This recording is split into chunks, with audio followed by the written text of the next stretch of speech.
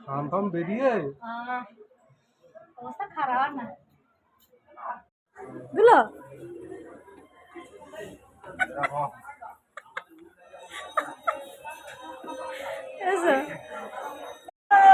বেলা দুটোর সময় থেকে নিচে এসেছিল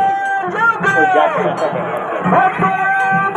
জ্যোৎস্না নন্দের যাত্রাটা শোনা যাই হোক আমরা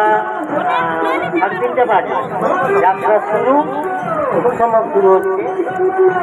আমাদের রথটানা ইতিমধ্যে শুরু হয়ে গেছে রাজবাড়ির প্রতিনিধি